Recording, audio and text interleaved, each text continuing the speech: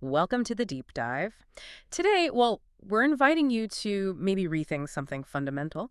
Where does true strength, real impact actually come from? Is it always the loudest voice? Or maybe can we find some, really profound lessons in quieter places, unexpected places? Our source for this deep dive is this really charming story. It's called The Whispering Willow and the Whistling Wind.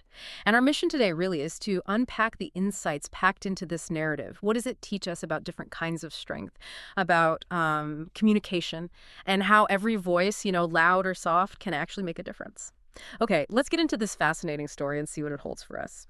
So first, picture this place called Willow Bend Meadow. Pretty serene setting for the story. And right away, we meet these two characters who are just, well, total opposites in their approach. First, there's the whistling wind. And this wind is all about making noise, right? Whooshes, zips through the grass. Loud and proud. Exactly, singing whooshaloo. It genuinely seems to believe that loudness equals excitement equals impact. It even asks Willa, the willow tree, why don't you shout like me? You'd be more exciting. Yeah, and that idea, equating volume with importance. It's something we see all the time, isn't it? The wind really embodies that initial impulse. Absolutely. And then you've got Willa, the whispering willow.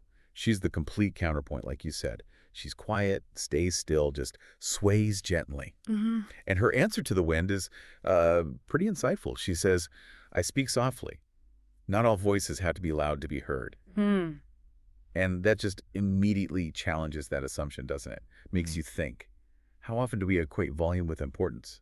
Or mistake quietness for, I don't know, lack of input? That's a really good point. It's like the wind is just broadcasting, pushing out noise, thinking louder is better. But the story shows us, well, that unchecked loudness, it has consequences. The source says the wind huffed and puffed louder, just kept escalating, and then bam, an immediate messy consequence. Grishash knocks over a beehive, scares off all the butterflies. Chaos. And what's fascinating there, I think, is how the story directly links that escalating volume to a negative impact. It's not just random. No, it's cause and effect. Exactly. It's a result of not paying attention, not being nuanced. And the story tells us the wind felt guilty. That's key. It slowed down. And it learned to listen. That's the crucial part. It's this forced moment of reflection. It shows how sometimes the biggest shift doesn't come from shouting more, but from pausing, really seeing what your actions are doing, and then listening. Like a feedback loop. Precisely. You see in the real world too, right? Yeah. Like sometimes things have to go wrong before we stop and actually listen. And this is where it gets really interesting, the contrast. While the wind is dealing with the mess it created, Willa steps in. But she doesn't add to the noise. No. Instead, the story says she whispered gently to the bees. She soothed the butterflies with her swaying branches. And get this, she even caught a falling nest in her leafy arms. Just amazing, really. So gentle, so precise. Yeah, her actions are targeted, effective, and quiet. Absolutely. What Willa shows isn't just quietness. It's a different kind of strength, isn't it? It's strength rooted in precision, empathy, maybe. Yes, exactly. It's about knowing what's needed and applying influence carefully, respecting the situation instead of just dominating it.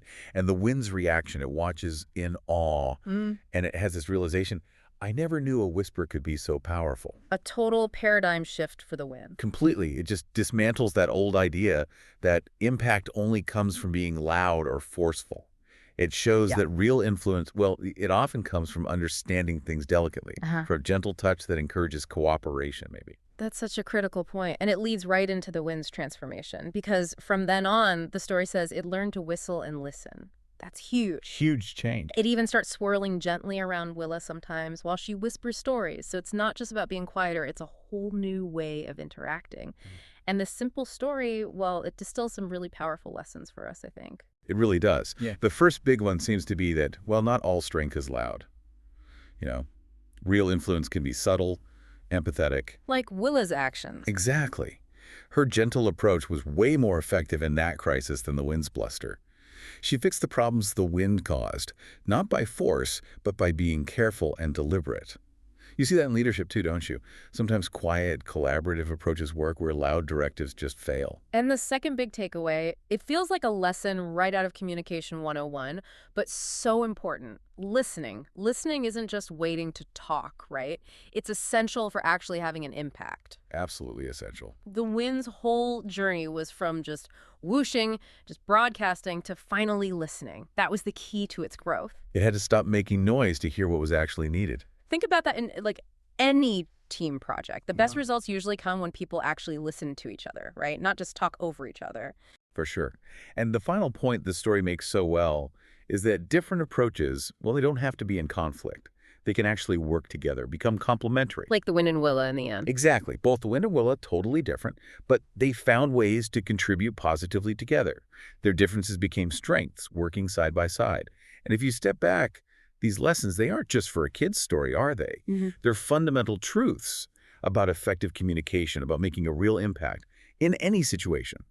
The story sums it up so nicely. Whether you whoosh or whisper, your voice matters, especially when it's used with care. That last part is key. Okay, so let's quickly recap our deep dive into the Whispering Willow and the Whistling Wind. We've seen how real influence often comes from that precise, empathetic approach, not just volume.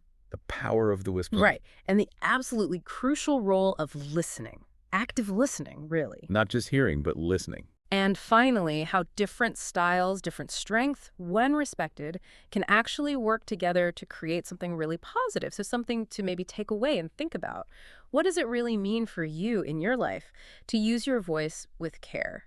And how might recognizing those whispering strengths, maybe in yourself, maybe in others. Or prioritizing listening. Yeah, prioritizing listening over just whooshing. Yeah. How might that change things? How might it change your next important conversation or your next project or even just a challenge you're facing? Something to ponder.